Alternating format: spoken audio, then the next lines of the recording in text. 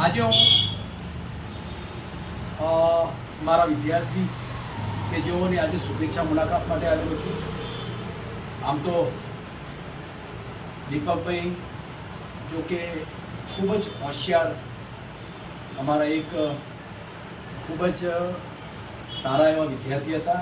આજે હું એમને શુભેચ્છા મુલાકાત સાથે સત્સંગની થોડી સારી વાતો પુસ્તક આપવા માટે આવ્યો છું.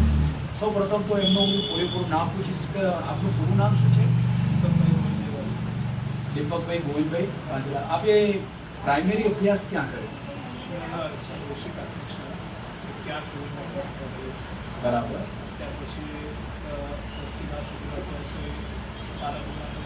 હા, અત્યારે એલએલબી પૂરું કર્યું. અચ્છા, આપણે એલએલબી કર્યા પછીનો આપનો ગોલ શું છે? જજ બનવાનો ગોલ છે. સરસ મજાની વાત કરી દીપકભાઈએ કે એમને એલએલબી કર્યા પછી એલએલએમ પાસ કર્યા પછી એમને જજ બનવાની ખૂબ જ ઈચ્છાઓ છે. હું તમને શુભેચ્છાઓ પાઠવું છું કે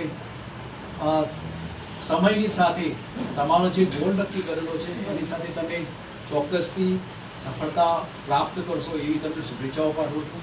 વિશેષ તો આજે હું શુભેચ્છા માટે એમને માટે આવેલો છું. એમને મને એક સરસ મજાની વાત કરી કે સર, જે અભ્યાસની સાથે સાથે એક સામાજિક કામ કરવાની પણ મારી એક સરસ મજાની મારી જીવદયાની મારી એક ખૂબ ઈચ્છાઓ છે.